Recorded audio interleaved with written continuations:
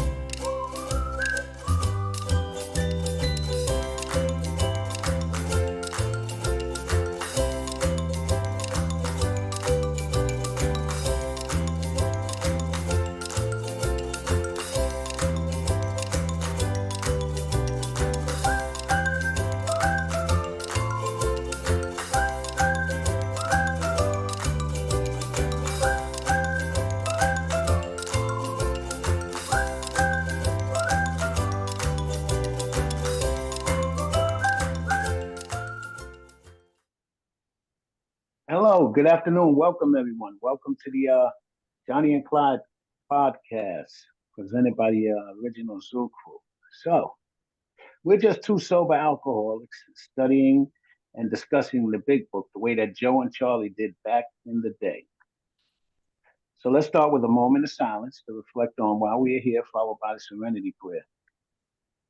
God, grant me the serenity to accept the things I cannot change, the courage to change the things I can, and the wisdom to know the difference.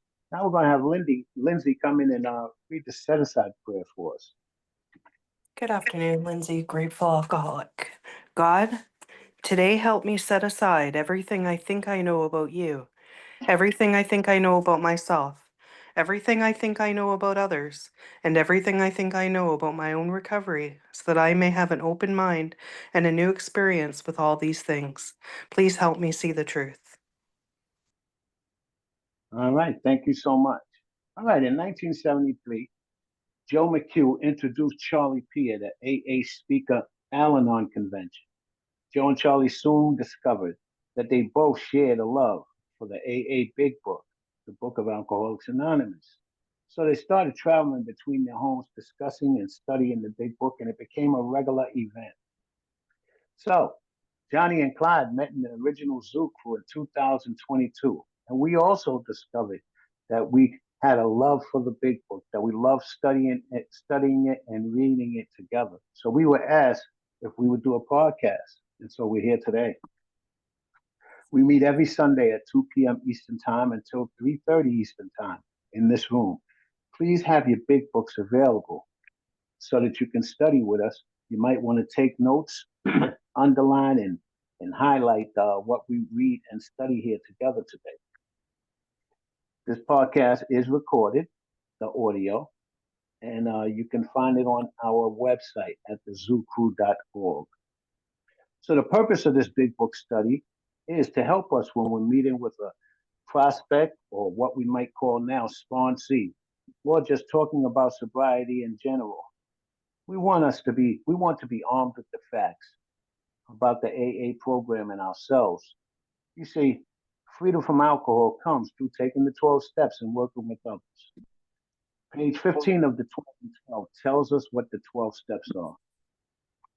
The 12 steps are a group of principles, spiritual in nature, which, if practiced as a way of life, can expel the obsession to drink and enable a sufferer to become happily and usefully whole. So, how soon do you want to be happy, joyous, and free? We suggest that you purchase a copy of the Big Book for future use if you don't have one. You might want to underline, highlight, and take notes as we study this book together. Order your AA literature directly from AA so that the money goes to an Alcoholics Anonymous and to ensure that you get a good copy. See, here in the original Zoo Crew, we're not advocating that you rush through the steps, but we highly suggest you have a sense of urgency in taking the 12 steps and having them become a way of life sooner than later. Act as if this was a matter of life and death, because it actually is a matter of life and death. Once again, how soon do you want to be happy, joyous, and free? You can go to our website at thezooCrew.org and order a copy of the Big Book as well as read it online. Now, the Big Book is our basic text and it contains a full recipe for recovery. It's impossible to find a loophole in the Big Book that excludes you from being a member of AA. So today, we're in the chapter Working with Others. What page are we on, Clyde? Cousin, we are on page 101. And we're going to be picking up in that bottom well, not the bottom, the paragraph toward the bottom that says, so our rule. Okay. Yeah. Go ahead and bring us up to speed and then we'll get right into that. I'll do that. Thanks, Cousin Jonathan. And welcome everyone to our podcast. So glad you could join us today. We're studying chapter 7, which is entirely devoted to step 12, working with others. So we're learning the do's and the don'ts on how to do this, what it means to work with other alcoholics. And last week we were reading about Bill. So the person that you're working with may want to know, and this is a common question, especially for people newer to AA. And the question is, if you start looking here at the bottom of page 100 and the top of page 101, this is what Bill's addressing for us. As the question is, must I avoid places where liquor is served now that I don't drink anymore, now that I'm in recovery? Must I not have it in my house? Can I not have it in my house? Do I have to shun my friends who don't drink? Is it okay to watch movies that have, scenes with drinking in it? Do I have to avoid bars? Do my friends have to hide their alcohol if I go to their house? These types of questions. And the answer he tells us is that no, you don't have to avoid all that stuff. You can be around it as long as, he said, we meet these conditions every day. And if you can't, then you still have an alcoholic mind. You haven't had a spiritual awakening. There's something the matter with our spiritual status, if that's the case. And he tells us in the middle paragraph that if your method of staying sober and avoiding a drink is by avoiding drinking situations and everywhere that alcohol is, you are going to fail. It's doomed to failure. It's impossible, and it will always fail. So that's not the solution. The solution is taking the steps and having a spiritual experience. So he is going to give us the rule on regarding being exposed to drinking situations, and he's going to tell us all about it. This is useful information for us and the people we're working with alike. So we're going to pick up at this paragraph on page 101 about Bill's going to lay down the rule for AA members regarding this subject. And so our rule is not to avoid a place where there is drinking if, and this is in italics, so that means for emphasis, means that he really wanted to highlight these points that are in italics. We really need to pay attention. So the rule is not to avoid a place where there's drinking. It's fine, we can be around it if we have a legitimate reason for being there.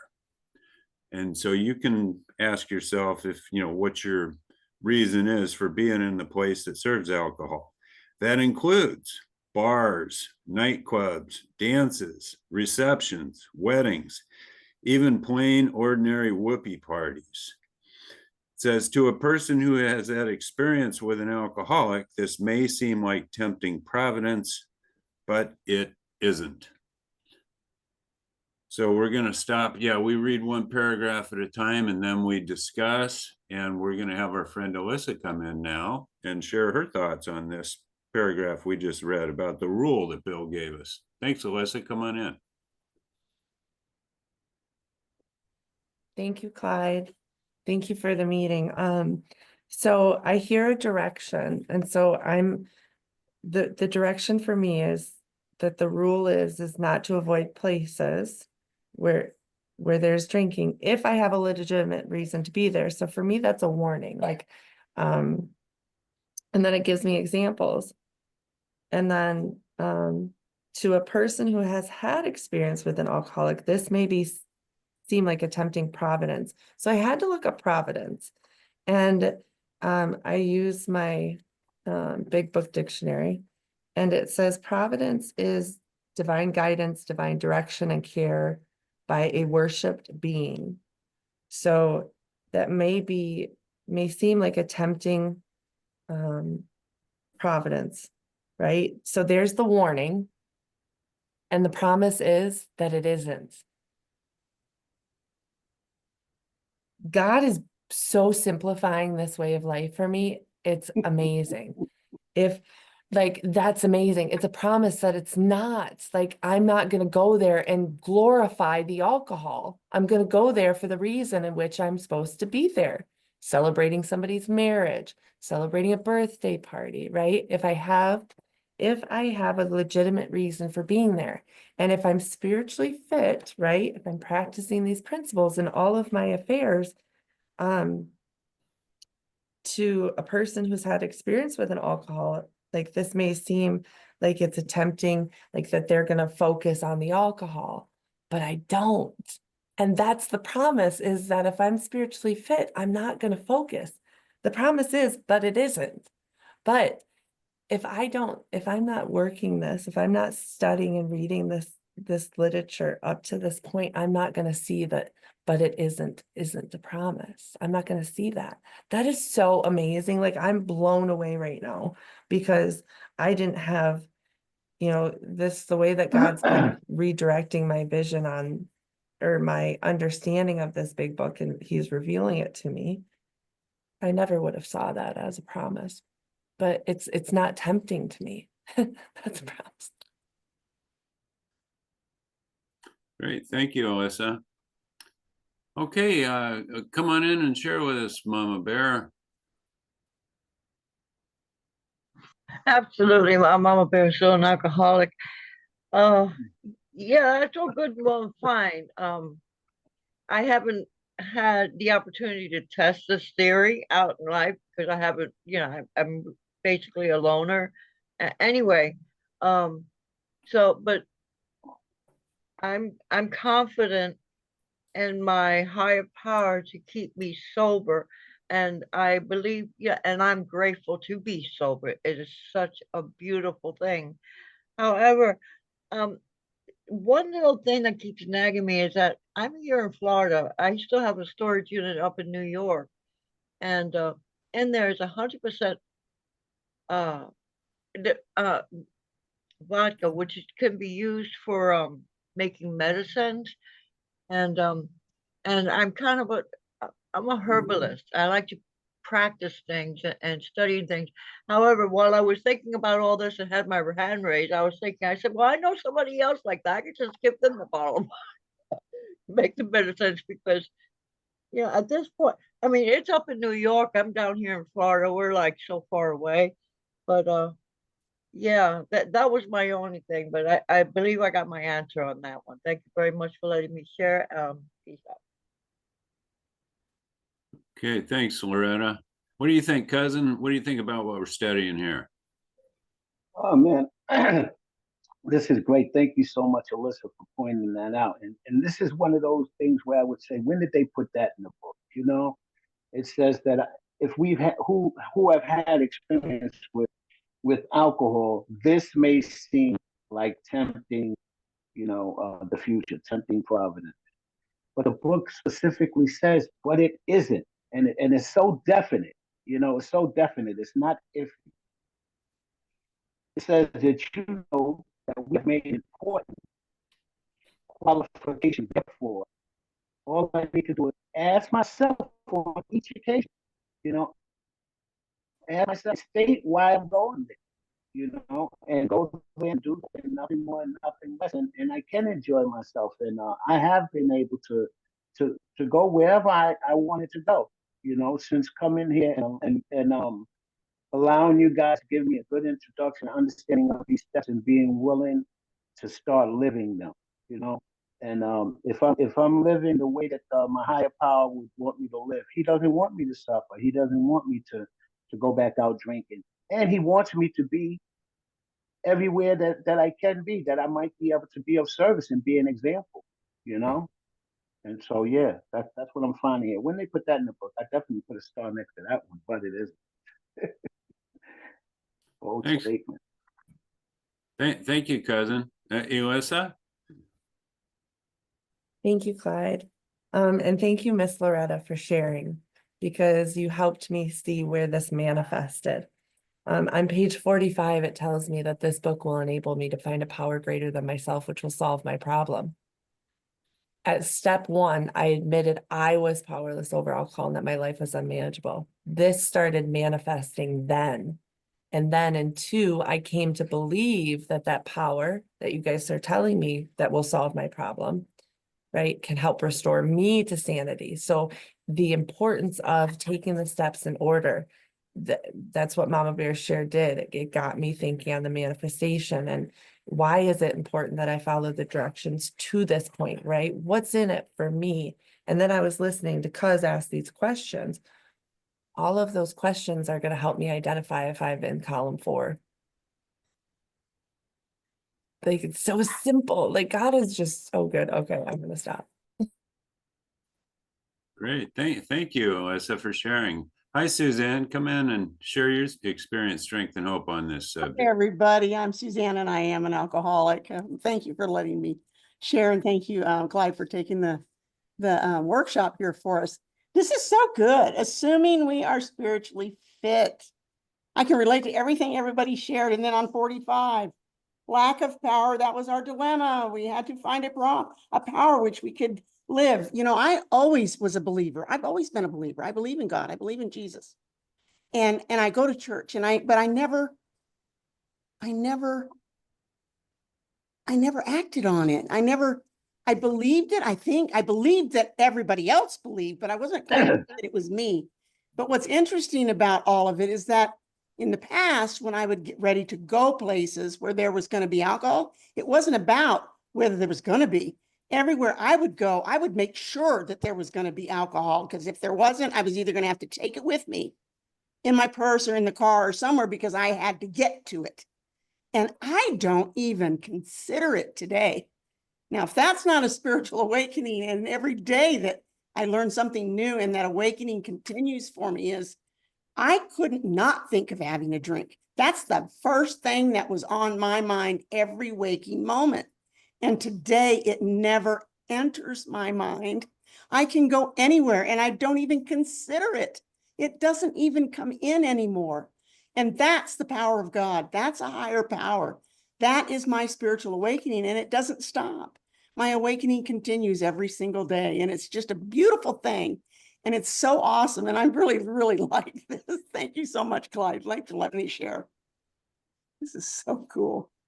Yeah, it is great, isn't it? Thank you, Suzanne, for sharing with us. And you know what's really coming to mind for me is the 10th step promise is what he's describing here. Says, you know, about us being in this position in neutrality, says, you know, this has been given to us without any thought or effort on our part. Our higher power, God did it for us. It says that's the miracle of it. We are not fighting it, neither are we avoiding temptation. See? It says we feel as though we had been placed in a position of neutrality, safe and protected. We've not even sworn off. Instead, the problem has been removed. God did that for us. It does not exist for us. We are neither cocky nor are we afraid. That is our experience. That is how we react so long as we keep in fit spiritual condition. Yeah, how awesome is that? God is good. Come on in, cousin. Yeah, and and I just want to say, since we're here on this page and on this topic, I have alcohol in my house. It's not mine. My wife drinks. You know, there's probably 2 bottles of wine and a bottle of liquor, and she drinks, but she's not an alcoholic. So, you know, we go to different places and we do a lot of different things. But you know, we as members of Alcoholics Anonymous, we're not against alcohol. You know, we're not against it, we're not for it, you know, and stuff like that. But what we are against is us taking a drink and knowing what that would do to us and killing ourselves. But we don't go out, against alcohol. I don't go to a party and I'm against alcohol and stuff like that. People, everybody's not an alcoholic. And so yeah, I have to keep that in mind. And yeah, there's going to be alcohol, and that's what people do. That's what people do. But that's not what I want to do, because I drank to get high. I didn't drink to socialize. And that's the truth. And I had to find that out. I didn't drink to socialize and all of that. So I drink to get high. So once I would take a drink, I'm going off into the corner and I want some more and some more and some more. So it's not going to be a party nowhere. You know. Yeah, thanks. All right. Well, thanks, cousin. We appreciate you. Marilyn, what do you think of this subject here? Hi, I'm Marilyn. I'm an alcoholic. First, I'm just going to say I'm really nervous about sharing right now, but I'm doing it. The reason being, well, I know. I just want you to know I'm on day 15 after having some sobriety. I had my relapse, and I'm coming here, and this is just awesome. I need to listen more. I do know that where I'm at, I need to be listening, but I want to share. I came here because I'm so excited, and I really respect the people in this room right now and the knowledge they have and everything I have to learn from you, and through my higher power. What really jumped out to me, though, is it's examining my motives. Again, I no business, going, it's, based on my spiritual conditioning. And, I fell away from doing my on awakening. And I need to do my on awakening, because right there, it's asking me about examining my motives for the day, and it's setting the stage. So if I have something coming up and I feel that it would not be in my best regards to go, that's where I'm examining that motive already when I wake up in the morning, getting my thoughts in proper alignment, and what is my purpose.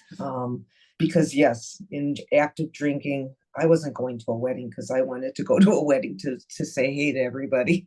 I already had the drinking all lined up. Where was it? How was I going to load up before I got there? Thank you, everybody, for being here today. Great. Thanks for joining us. Welcome. Congratulations on your 15 days, Marilyn. Keep coming back, and we're glad you're getting what you need. God's revealing to you what you need to hear during this study. That's a great experience. Thank you. All right, Loretta, come on in. Yeah, Jonathan, I really appreciate what you said about your wife, because at that moment I thought about, and I tried to practice this, but I couldn't do it because I'm an alcoholic. And that's when I started realizing, yeah, to do things in moderation. I tried to practice that, but you know what? An alcoholic can't do it. However, if I could do things in moderation, that'd be great. Most people can do things in moderation, so I thank God that they can, but I know I can't when it concerns alcohol. I just wanted to share that. Thank you very much for letting me share. I appreciate everyone's share. All right, thank you. Thanks, Loretta. And Clyde, I think that right now would be a good time to share some of the tips and the methods that we use when we do go places, and say it out loud. Say it out loud. One thing that I do first off, I don't go to nightclubs and bars, right? I do go to restaurants that serve alcohol, because they just serve alcohol, but I'm there to eat. But most and I go out, I go out quite often, probably once a month or so. But usually it's to some place that me and my wife are like invited to. So it's not like we just go to straight places. First off, right? That's the first thing. And then when I get there, I survey the room. You know, and kind of look at where I'm going to be comfortable at, because I still can become uncomfortable, even in sobriety. I'm not drinking, people are drinking. I could sit off to the side and fold my arms and hold my breath. I could go into that into that spell, or I could look around and taste the room and see where I could fit in. and then kind of gravitate over here so that I can enjoy myself. Those are some of the methods that I use. Who's going to be there? I hope that so and so is going to be there because I'm safe around them. Maybe they know about me, and they're going to support me, no matter what and stuff like that, and if those are uncomfortable people, yeah, I know to be on guard for that too. We don't go anywhere, find anything. You get it? We're awoke now. So, those are some of the methods that I use. I hope that makes sense. I would like to hear, how are you going to do it when that day comes? Because the day is going to come. Say it out loud. Hey. Great, thanks, Cousin. I turned your video off. You were cracking up real bad with your video on, so we can hear you loud and clear with your video off. Thank you for sharing that. And that's a great idea. Come on in, Alyssa. What do you think? I think this is an amazing way of life, and how blessed are we to have this. My name's Alyssa, recovered alcoholic. I was going to give examples. So as I was listening to Cuz, right? I used to want to stop at the liquor party store on the way home, right? So I could sneak stuff. When we drive past those places, or I don't find a reason to leave my house to go out to the store today, a lie, right? And so let's say it's football season and my friends are all meeting up at BW3s, right? I would go to enjoy the game and enjoy the fellowship of my friends today because liquor isn't an issue. The alcohol isn't an issue. I'd probably ask to sit the farthest away from the bar because the smell, I'm not because of my medical opportunities, smells really get to me. So even going into a restaurant, I have to be careful. So it's not necessarily just the alcohol, but I prefer to stay away from the bar area of restaurants just because of the smell. And it's not all because of the alcohol, right? And just my daughter, there was a few weeks ago, where it was her friend's party, and they asked the adults to come, but I opted to stay home because I was tired. And it's not that I didn't want to be there because of the alcohol. And actually, my son's dad told everybody that that's why I chose not to come. And I said, well, that was a lie because I was tired and hungry, angry, lonely, tired. What is that? I don't want to be, and it wasn't about the alcohol. I just didn't want to be in a group of people around all the kids. I was tired. So if the kids are going to leave the house, it's very seldom that I'm home alone without anybody. So I'm going to take that opportunity to rest. So I did not go because of the alcohol. I didn't go because I was tired. And if I'm hungry, angry, or tired, I'm never lonely because I always have God. That since I made this a way of life, that lonely isn't an issue for me. But being in a place of just complete quiet without my children, that doesn't really ever happen. So I took the opportunity to have some self-care time, a couple hours. So I am neither fighting it nor avoiding temptation. And thank you, Clyde, because that's one thing that I did write in my little margin as I was marking this up. The promise on page 45, God solved my problem. I'm safe and protected in neutrality. And it manifested, back at steps 1, 2, and 3. So all that step 12 stuff, it's simply amazing. Thanks for letting me share. Thank you, Alyssa. Hi, Lindsay. Oh, I'm so excited, Lindsay. Grateful recovered alcoholic. So, I got that nudge to pick up that change earlier, and so cool that we're talking about this right now because not even 2 minutes of a ride away was that liquor store. And let me tell you, I did not even look in the direction of that liquor store that I was so obsessed with visiting 2, 3, 4 times a day. God, redirect my thinking to where you would have it be. And I'm like, something about those coins, man. And then I'm in this, and it's like, so it's interesting how, I used to sit on the edge of my bed and try to calculate the seconds of time, staring at the clock, whether I was going to make it to the store. This is your last chance, and so alcohol was, my God, everything revolved around getting that drink and drinking that drink. Isn't it insane that I don't even think about it? You know, I was in the store today too. I looked over in Walmart and I saw the liquor and it became something like everything else that was sitting there. I looked at it and I said, that's alcohol. And I kept going. Like, is that odd or is that's definitely God? Thanks for letting me share.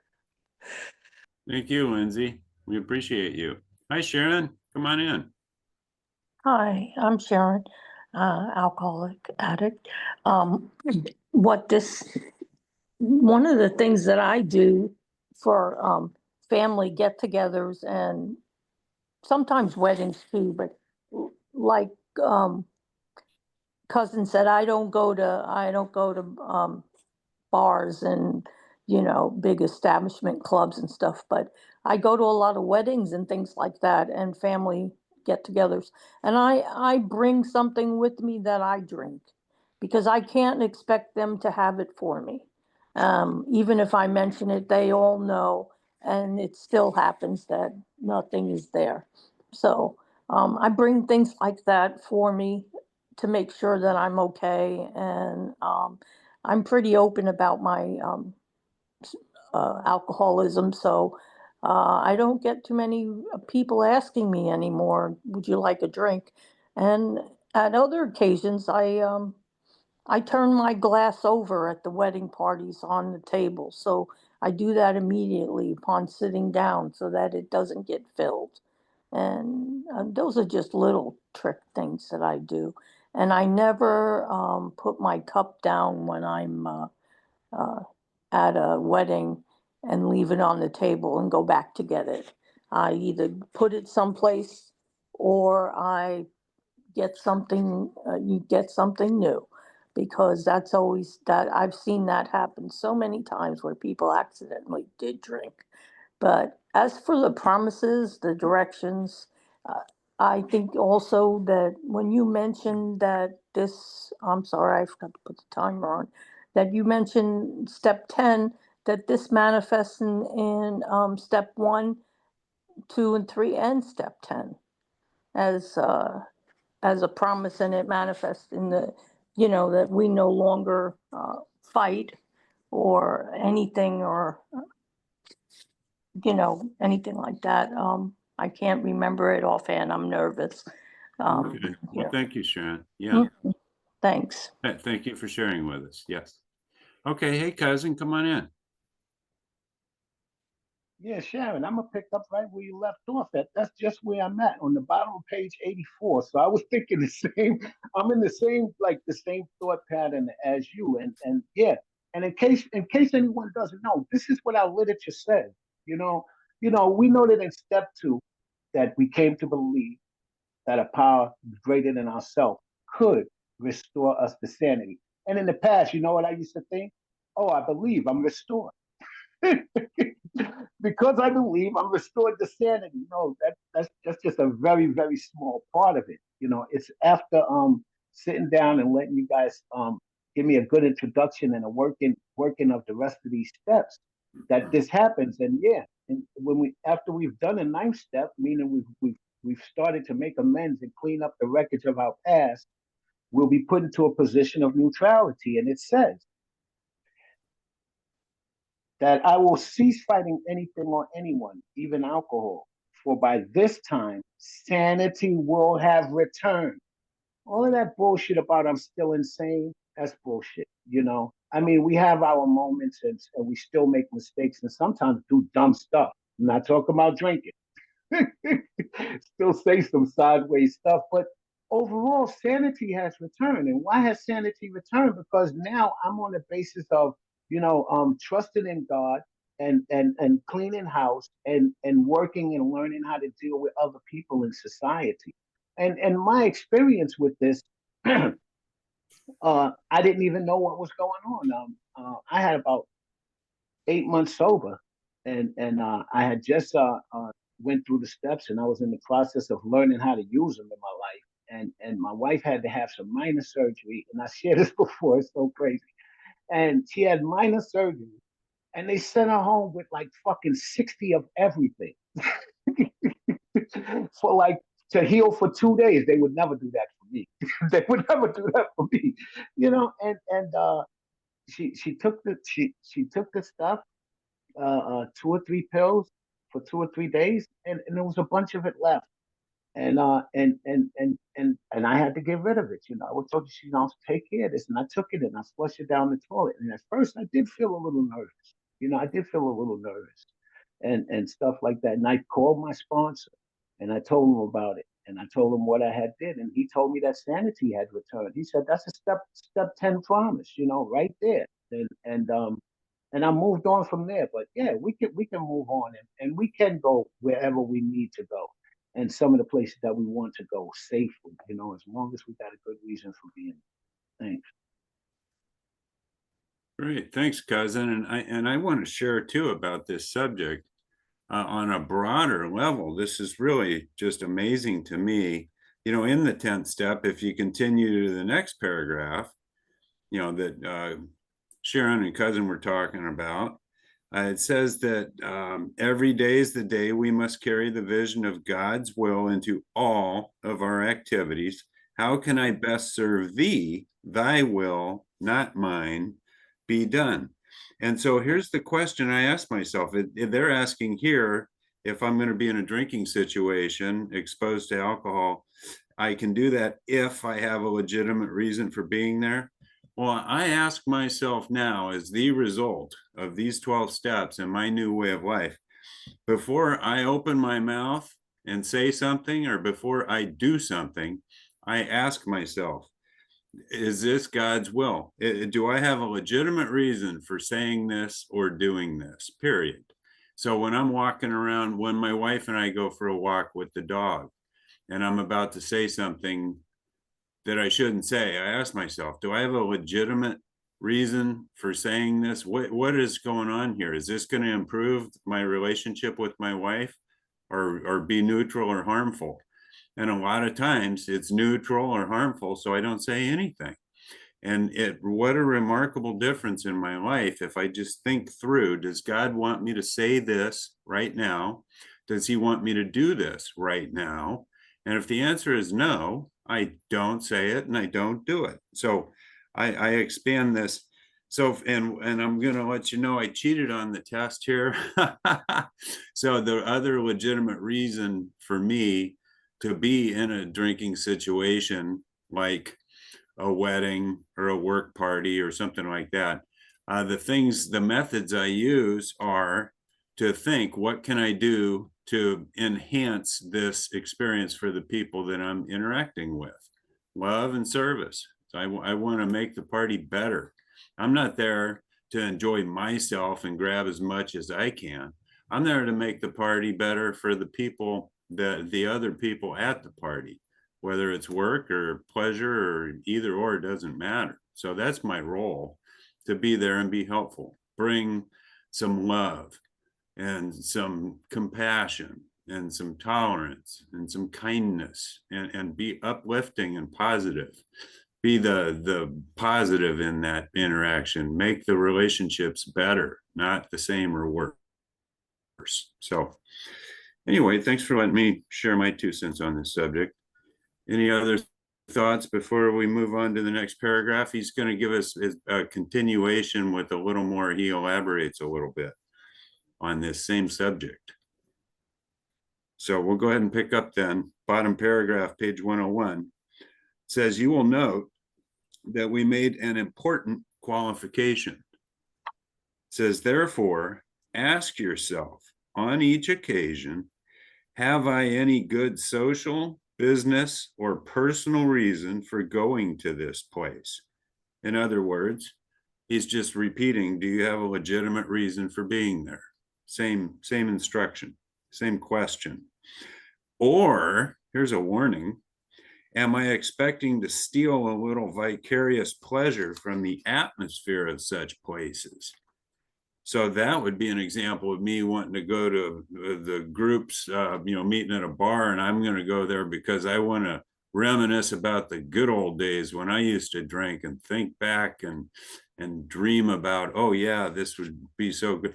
before you know it, you're going to have a drink in your hand. That's a no. That's a big warning right there. Bill's given us. What do you think, Alyssa? Come on in.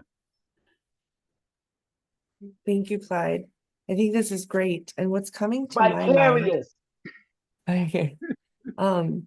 is what are my motives? And aren't I asking these questions already in step 10? Similar questions, right? Am I in selfishness? These questions are helping me identify, are you in column 4 or are you in column 5, right? So am I in self-will or am I in God's will? To simplify it, right? I'm just going to simplify it. There. That's what I think. Exactly. At the risk of cross-talking, I'm going to say living vicariously is pretty clearly self-will, and being there for the right motive is God's will. So thank you for pointing that out. That's always where I want to go, is thinking. You guys had told me what that word meant, and it means having fun through others, and it's not always positive. That's like if I'm sitting there and looking at someone drinking and saying, "I wish that was me." That's the wrong type of vicarious.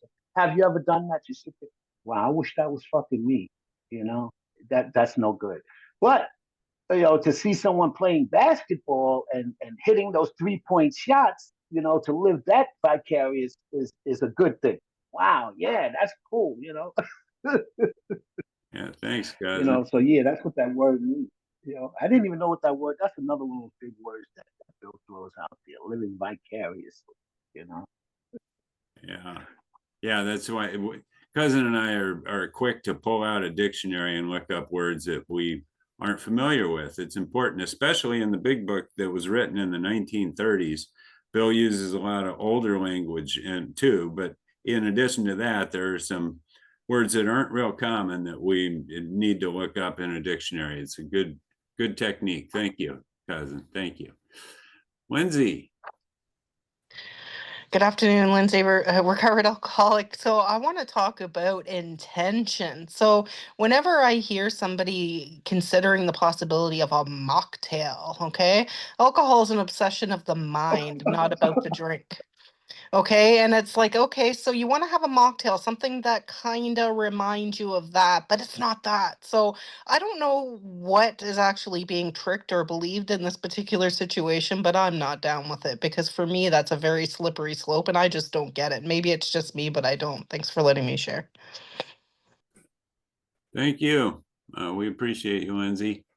USA, come Hey, on Lindsay, in. I call that practicing for the real thing. I call that practicing for the real thing.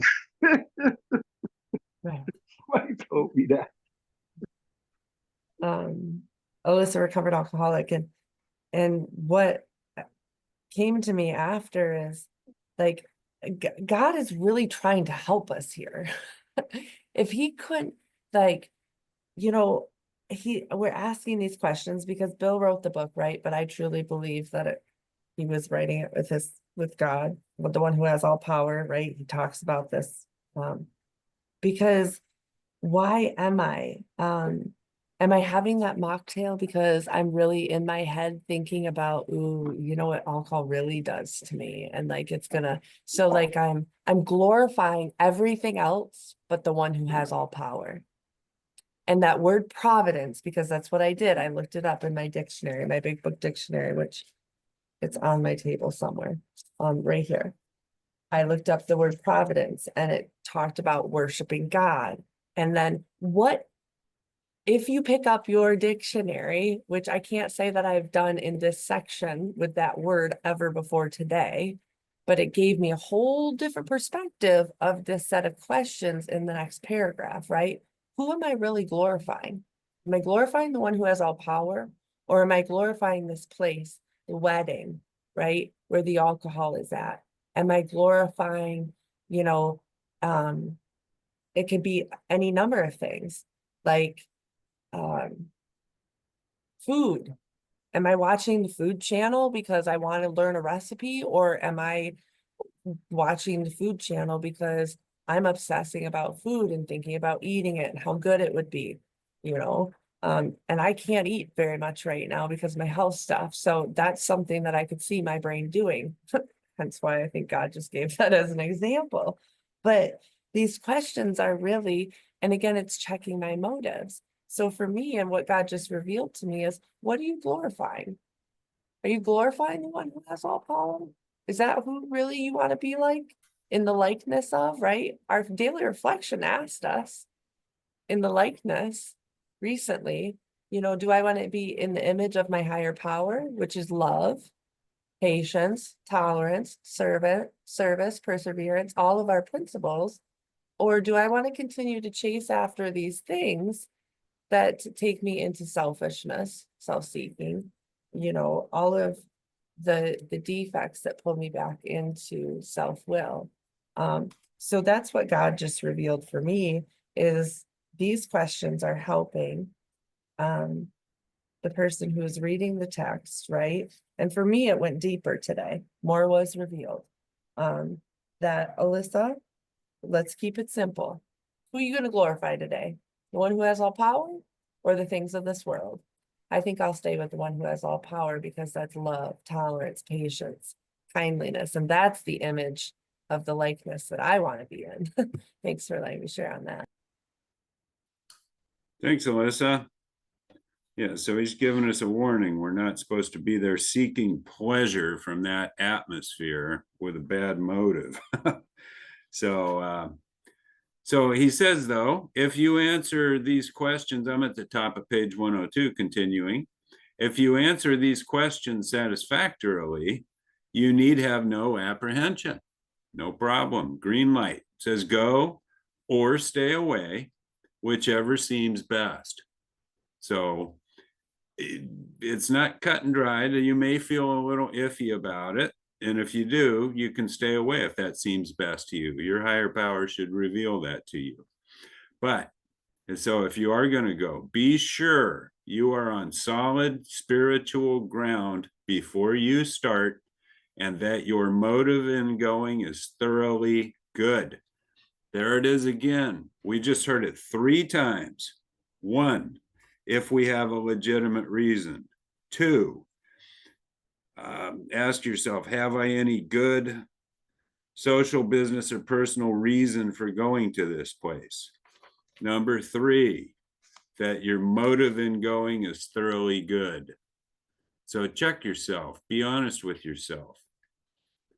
And it says, do not think of what you will get out of the occasion. Again, this isn't a vicarious endeavor. We don't make our decision based on, oh, hey, am I going to be able to get some pleasure out of this environment? And, what can I get out of this? Instead, here's the rule: think of what you can bring to it. That's the direction. And that applies to everything. Think of what you can bring. Remember, we contribute to life now. We pack things into the stream of life. We contribute and help other people. We're not takers anymore. We're recovered alcoholics. We're givers.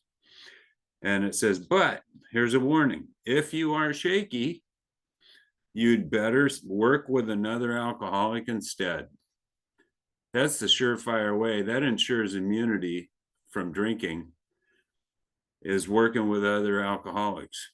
That works where other activities fail. Remember? That's the way that solves your problem. Work with another alcoholic if you're shaky. What do you think, Loretta? Wow, man, that's awesome. That really, yeah. If I can keep my focus just on that little bit of paragraph there, I'll be good for today, and hopefully tomorrow as well. But it's for me, it's the mind is very deceiving. I could have good intentions to want to do something and believe I'm doing the right thing, and then find out later, well, my intentions were wrong. So I really, really, really got to check myself. And I got to really I really love what was just read. Thank you very much for the beautiful shares. It's been awesome. Thank you very much. Thank you, Loretta. What do you think, cousin? Yeah, man. these are great instructions, and that's why, I'm so glad that I don't know how it happened, but when I made it back and started coming to meetings, one of the best investments that I made, I always say, is this damn earpiece. This $20 earpiece. I was able to stick it in my ear and just take you guys with me anywhere. And that's the beauty of Zoom. I don't have to be alone. If I'm feeling some kind of way, uh, uh, I don't have to go, and I'm still not alone. Isn't that something? You know. But yeah, and this is the things that we try to tell newer people to do. You know, to these small things. It's these really, what we would think is small things that could keep our ass from being on fire. Why not buy an earpiece, stick it in your ear? I'm able to. I mean, in early sobriety, you guys have been to picnics with me. You know what? Matter of fact, I remember the first picnic that I went to after getting sober. And I was so nervous that I was going to be judged. That I was going to be looked at sideways and all of these type of things, which fortunately didn't happen. Just in case, I had you guys right in my ear. I was telling y'all what was going on, how I was actually feeling at the time, and everything. It was amazing. It was amazing. So yeah, these are the things that we can do now. Mm. Great. Thanks, cousin. What do you think, Alyssa? Thank you, Clyde. So thank you for reading that, because then I was able to go back and highlight the promise, the direction, and the warning. So we've asked ourselves questions, and here's the promise. You need to have no fear. Apprehension is another word for fear. So for me, replacing that, you need to have no fear. Go or stay, whatever seems best. That's a promise, because I can go anywhere. And then the direction, the action, but be sure you are on solid spiritual ground before you start, and that your motive in going is thoroughly good. Do not think of what you will get out of the occasion. Think of what you can bring to it. Warning. But if you are shaky, you had better work with another alcoholic. Thank you, Clyde, for being here so that I can break that paragraph down into the way that God wants me to see this book today. Great. Thank you. Yeah, there's warning, direction, And and you know, promise. and you know what, Clyde? When she just said that, right? Wow, it's crazy how things come to us. Listen, when you just said that, Alyssa, that's exactly what I was doing and didn't even know. I was working with another alcoholic and Alyssa's been there. She's seen me, go places and have my earpiece in, and I turn on the camera and show that I'm at a picnic and stuff like. Maybe that was helping somebody else, you know. Maybe that was helping somebody else to give them that idea that they can actually do that. You could be in a wedding, you have one earpiece in, and you're listening to what you need to listen to keep the bullshit out your ear and and just enjoy yourself. I'll be at the picnics, I'll be everywhere. I have just one earpiece in sometimes, and I'm listening to friendly voices, you guys, and it's keeping me level, and it's keeping me in a good place, while I'm there. It's amazing. Yeah, and yeah, maybe I was working with another alcoholic while I'm at these events, because I'm damn sure letting you guys know where I'm at and what I'm doing and how I'm feeling at the time, and how's it going, basically. You know, wow. Great. Thanks, cousin. So you want to read the next paragraph for us, cousin? Okay,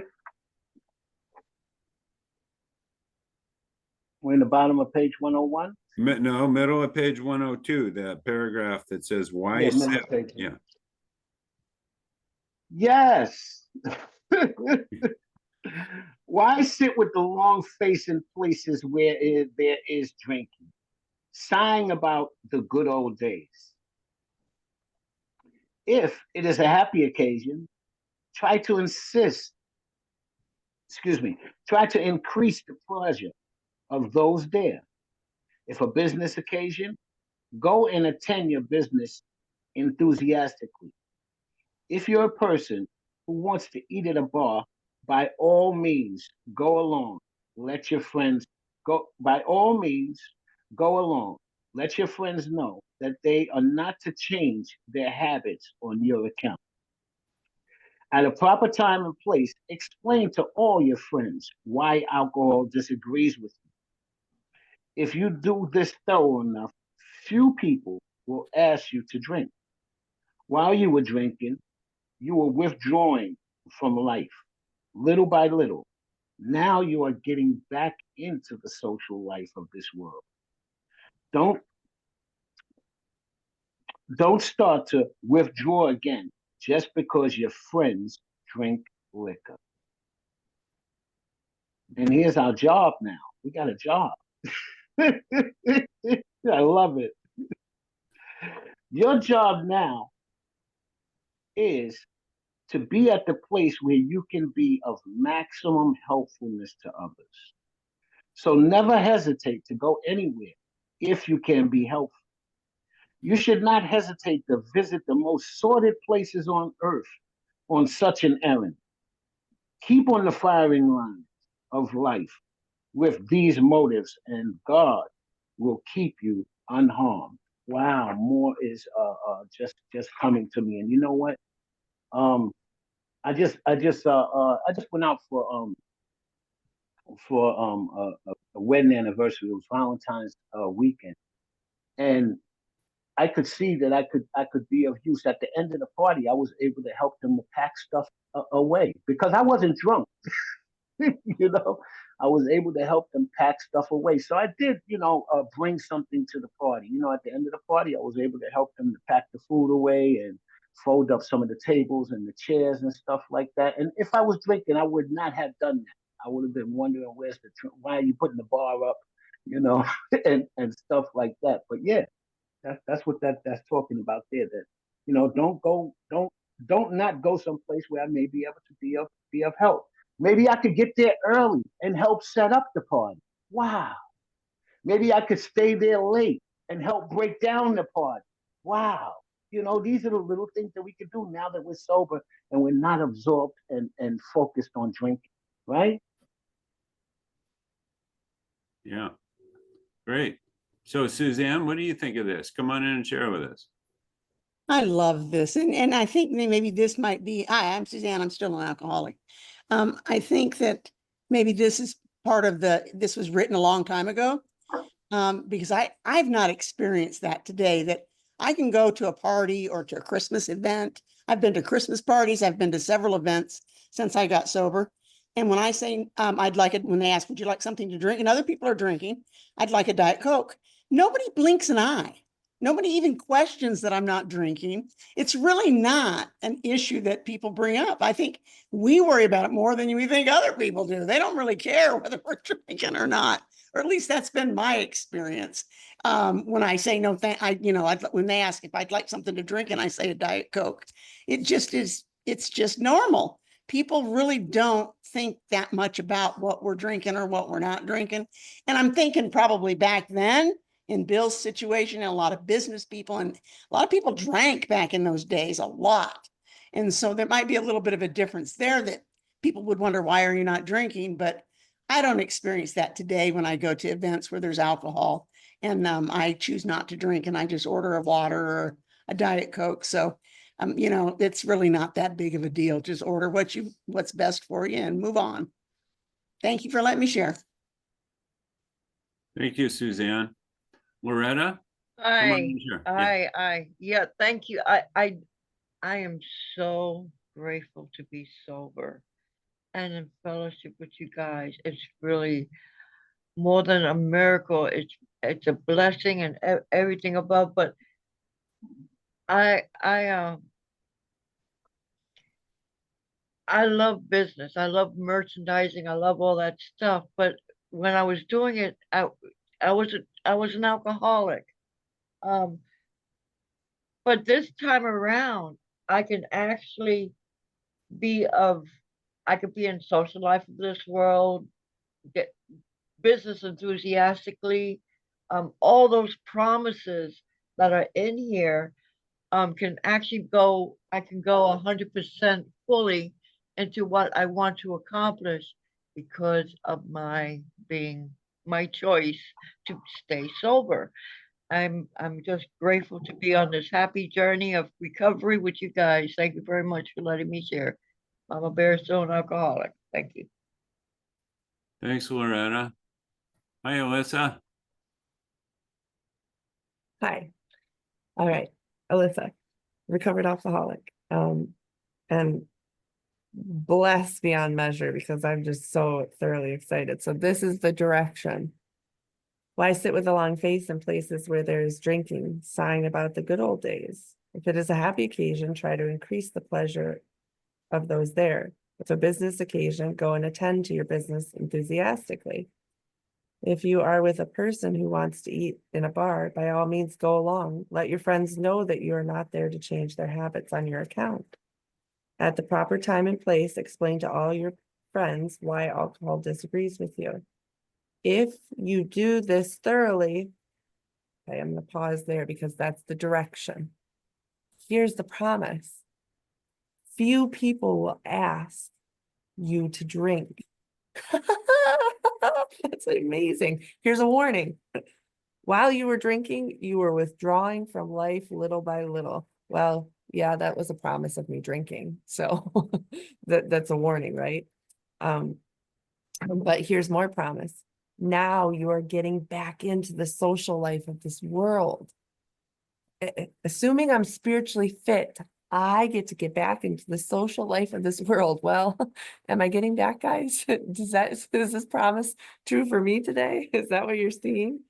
And then warning, don't start to withdraw again just because your friends drink liquor. What in the world? How? That's amazing. And then the other paragraph that he read.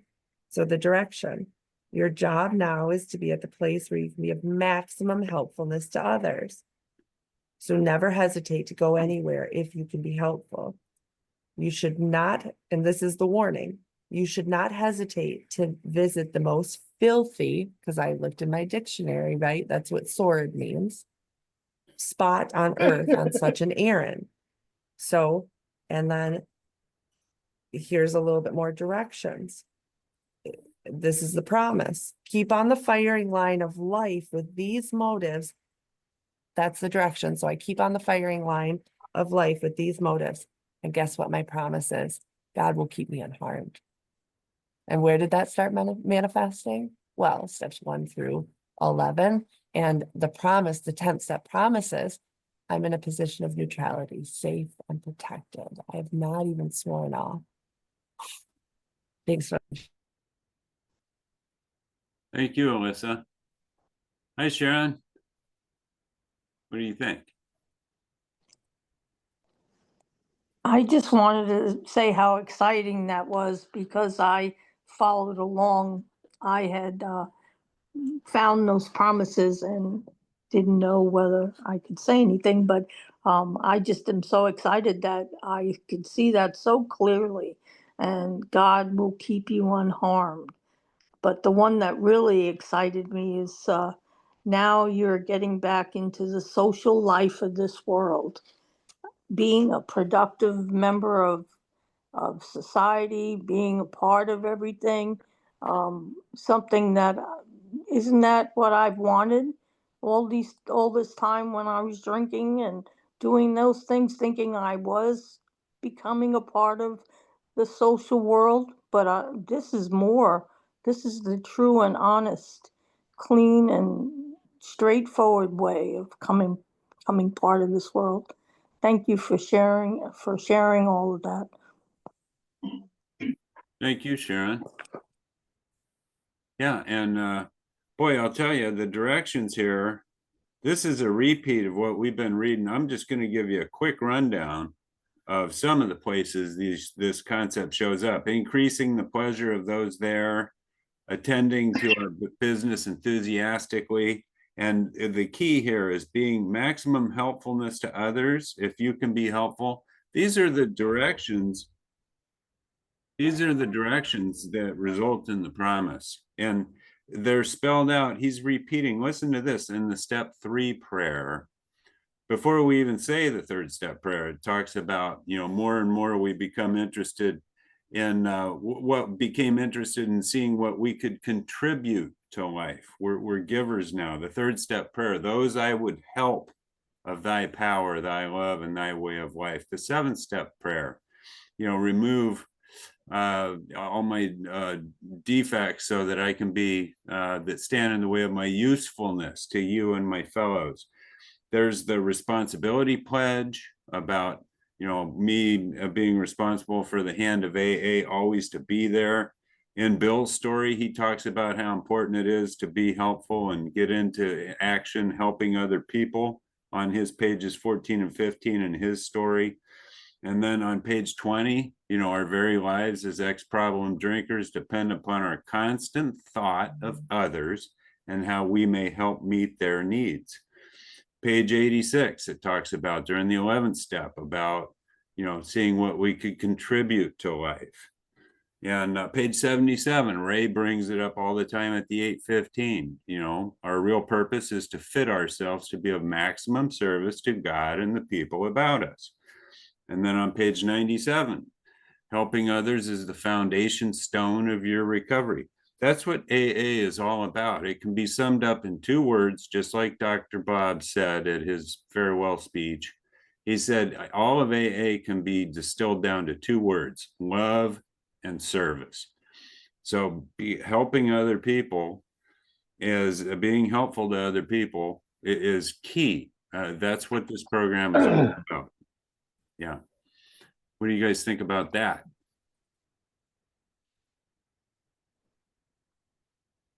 What do you think, Alyssa? Come on in. I love it. I love this because Bill and God wrote this book, right? Because Alyssa by herself doesn't see these things, okay? So my higher power, which I call God, so it's Alyssa and God right now. God's revealing all these things to me, right? Is the simplicity, and it reinforces, right? We think that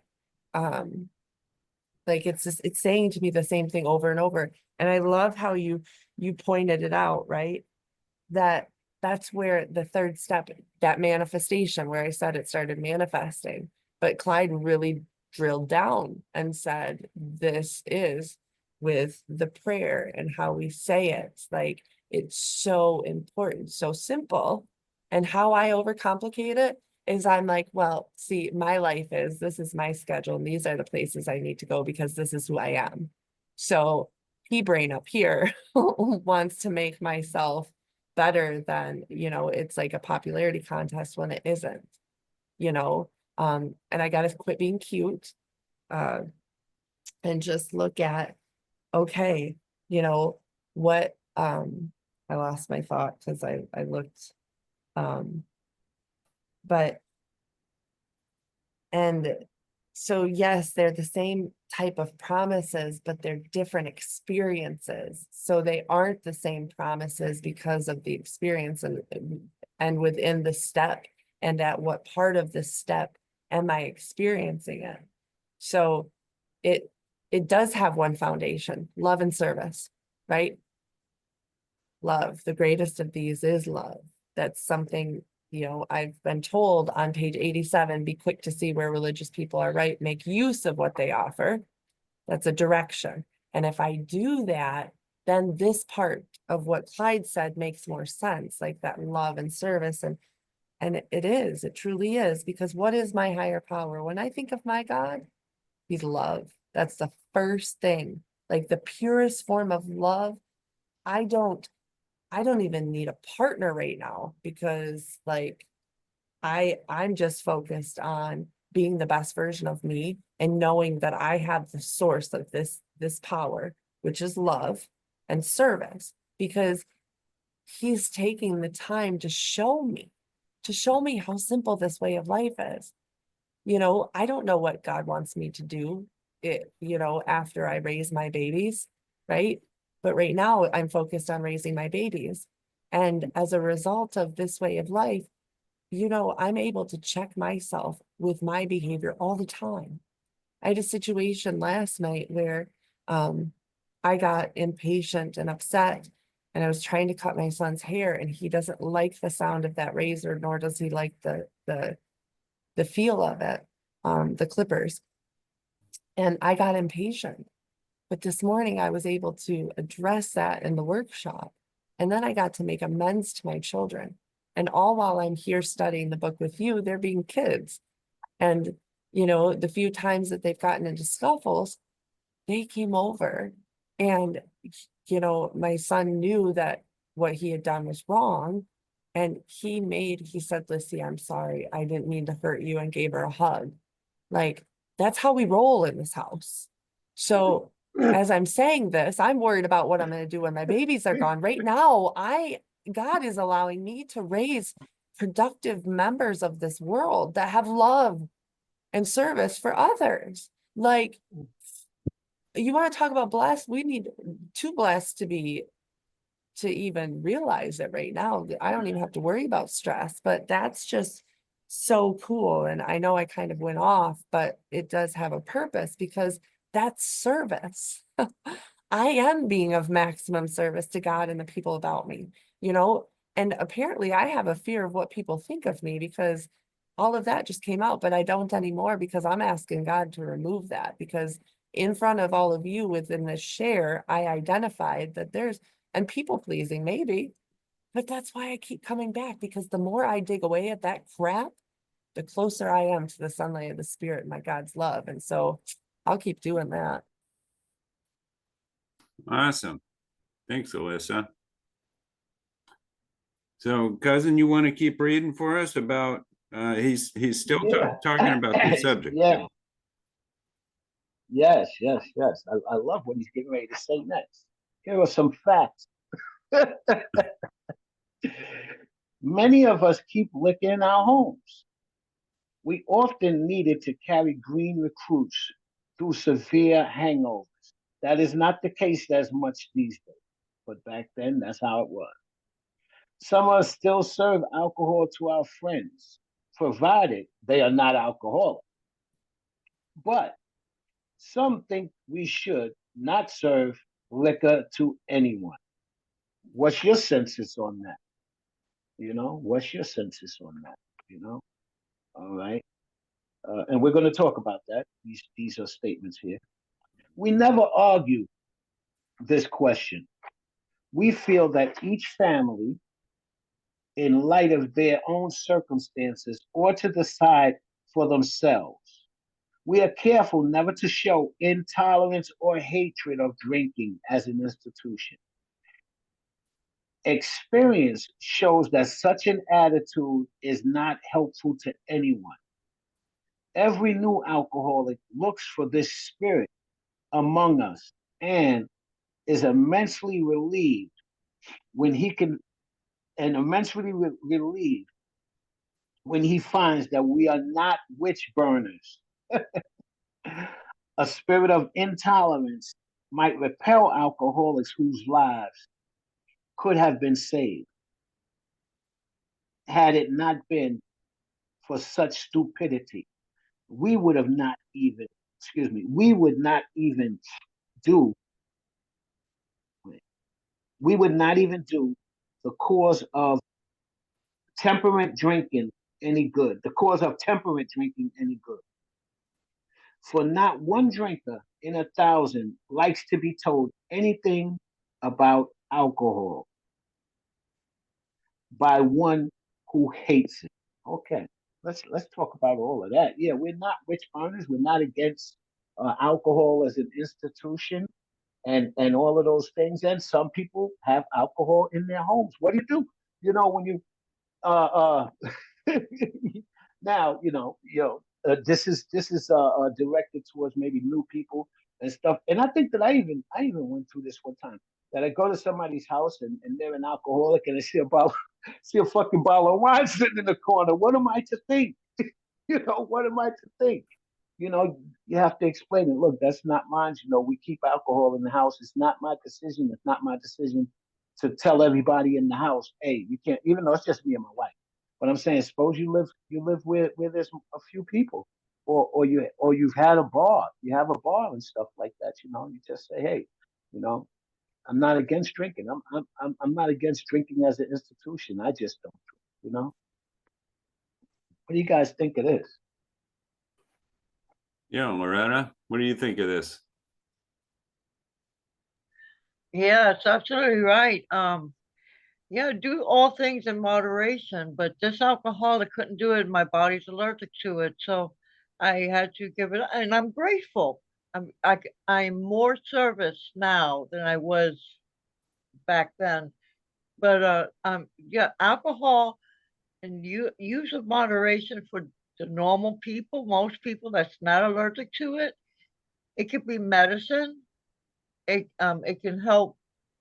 It's very alcohol could be very helpful. It enhances when you herbs and stuff. It brings out the abilities. So there is nothing wrong with the alcohol. There's something there's something wrong in my brain and in my body, and I can't consume it like the normal person. But there's nothing wrong with the alcohol. It's the individual that suffers from alcoholism is a disease. And I've accepted that fact that I am an alcoholic and I'm good with that. Thank you very much. But anybody else that's not, it's quite okay. Thank you. Thanks, Loretta. Come on in, Alyssa. Thank you, Clyde. Alyssa, recovered alcoholic. So before I break it down the way that I and until just recently, because when you told us what page we were going to start reading on today, I'm like, ooh, I gotta look at that because I'm not I wasn't a fan of distilleries and all of that stuff. We were in Tennessee last summer and looking at all the places, right? Like I had that intolerance and hatred still looming in me. Today it's not there because it's none of my business. But so here is how God revealed to me and breaking down the direction, warning, and promise. So many of us keep liquor in our homes. We often need to carry green recruits through a severe hangover. So that was a direction. Of course, there's rehabs today. There's detoxes. We don't deal the medical stuff. There's doctors for that. So that's where I would need to, as a sponsor, come in and explain that. The warning is some of us still serve it to our friends, provided they are not alcoholic, right? I'm not going to give poison to somebody else if I'm not going to drink it, right? I'm here to help the next suffering alcoholic. I'm not here to enable. But some of us think we should not serve liquor to anyone. That's a warning. It's warning me that that's what some of us think. We never argue this question. And here's a promise. We feel that each family, in the light of their own circumstances, ought to decide for themselves. So I get to decide for myself with my family based on what's good for us, right? But I'm bringing God into the conversation. That's a promise. And then the next paragraph, warning, we are careful never to show intolerance or hatred of drinking as an institution. Well, I'm in self-will if I'm showing intolerance and hatred. And then experience shows that such an attitude is not helpful to anyone. That confirms a direction, right? A previous direction. Every new alcoholic looks for this spirit among us. So every new alcoholic actually looks to us for being intolerant and hating towards those places, right? Here's the promise. They are immensely relieved when he finds we are not witch burners. That's a promise for the newcomer. I love it. I love it. And then more warning is a spirit of intolerance might repel alcoholics whose lives could have been saved. So if I'm not in God's will, I better get out of the damn way because I could be capable of killing somebody, right? With my behavior. I'm not the one killing them, but again, I'm enabling their thinking by being in self-will. And then here's a promise. We would not even do the cause of temperate drinking any good. No, I can't touch it. And I don't want to touch it at this point. So it is a promise because I'm not going to do that any good. And that's okay because I'm no longer a problem in this world. I'm more moving in maximum service to God and the people about me than I am in self-will. So for me, that's a promise, because I'm not going to be helpful in that position. And I'm aware of that. The awareness is what is really the promise, right? And then warning, for not one drinker in 1,000 likes to be told anything about alcohol by one who hates it. So I'm not an understanding person if I'm in self-will and that hatred and intolerance. So I know I really broke that down, and it might be a little bit, but God's revealing this book to me in a different way. And so it's just pretty cool to see that, like, the little things, because it's those little things for me that add up. So that, like, it reminds me of in our scripts where we say that, your IRA, your individual recovery account, because one day you may have a situation that will require you to make a huge withdrawal and you don't want it to be depleted, right? I'm going to need to remember that I ain't no good. Like, the promise is remembering that I am not good to anybody who's drinking. Could I remember what my name was when I was drinking? No, right? So that's just pretty cool. So thanks for letting me share on that. Thank you, Yeah, Alyssa. thank you so much for coming in and share. Another word came up, Clyde.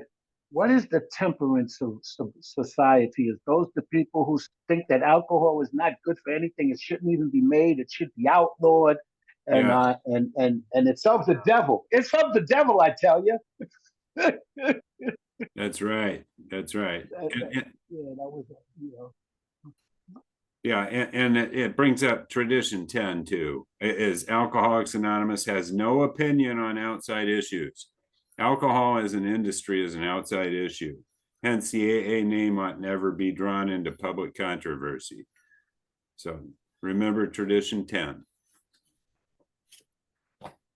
And the difference between us and the temperance organization is that we don't stand outside breweries with like fucking signs. They would do that back then. They would stand outside with signs and stuff like that and want to shut the place down. But that's not what we do. We just stay away from alcohol because we want to live, and we want to we want to be of good service to ourselves and the people about us. Mm-hmm. Yeah. So we got about 5 minutes left. What do you think, Cousin? Should we read the last paragraph? And we're going to read the last paragraph, of course, and we're going to go back over this next week. This is so important.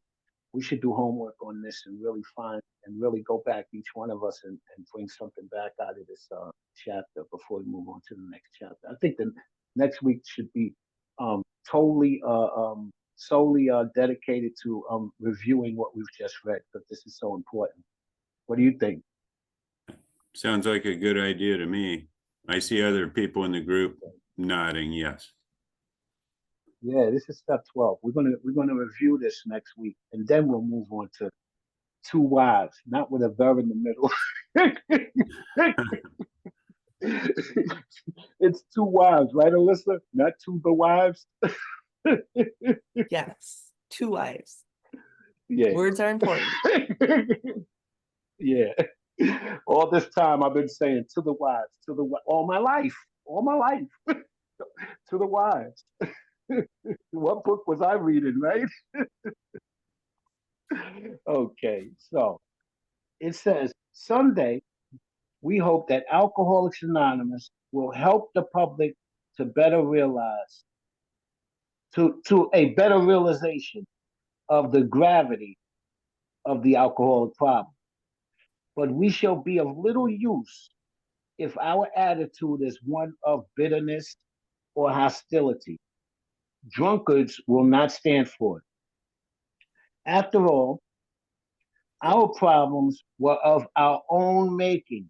Bottles were only a symbol. Besides, we have stopped fighting anything, or anything. Wow, what is that? Oh, anybody or anything. We have to. Okay, let me read that again. After all, our problems were of our own making. Bottles were only a symbol. Besides, we have stopped fighting anybody or anything. Why? Because we have to. Okay. All right. So we're going to stop there. And wow, it's right on time. If anybody wants to say anything now, we got a minute or two to end this. But we're going to review this whole chapter, and that means that we're going to go. Your homework assignment for all of us is to start from page 89 to page 103. And you know what? Find a paragraph that fits you and that you can really identify with. And I would like you to bring that back in next week and elaborate on it. How that sound? The most powerful paragraph in this chapter for you. And we'll go around and do that. You know? Great idea. I love it, So cousin. you got a homework assignment. Find a paragraph that really just knocks you in the head and bring it back and tell us, tell us why. Okay. Yeah, great idea. So Alyssa, do you have some concluding remarks here? Can I share the two promises that Clyde read? Because there's two, not just one Sure. in those two paragraphs. Or not Clyde. Hi, Clyde. I'm talking to you. The Cuz just read. So Yeah, Alcoholics Anonymous will help the public to a better realization of the gravity of the alcoholic problem. Has this done that? That's a promise. And then the Yes, other it's doing it. promise. Yes. And then the warning is, but we shall be of little use in our attitude and one of bitterness or hostility. Drinkers will not stand for it. Here's more warning. After all, our problems were of our own making. Bottles were only a symptom. Besides, here's the promise. We have stopped fighting anybody or anything. The direction, well, we have to, but it's automatically come because of the preceding steps up to this point. Amazing. Thank you. All right. Thank you. I like it. We have to. That's right. I love it. All right. So thank everyone for coming out to the book study podcast today. Don't forget, we meet here every Sunday at 2 p.m. Eastern time until 3:30. And bring a friend. Bring a friend next time.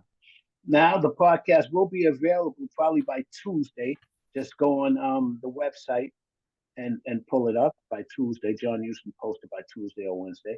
So, Big Book, page 164. Our book is meant to be suggestive only. We realize that we know only a little. God will constantly disclose more to us. Ask Him in your morning meditation what you can do each day for the man who is still sick. The answers will come if your own house is in order. But obviously, you cannot transmit something you haven't got. See to it that your relationship with Him is right, and great events will come to pass for you and countless others. This is the great fact for us. Abandon yourself to God as you understand Him. Admit your faults to Him and your fellows.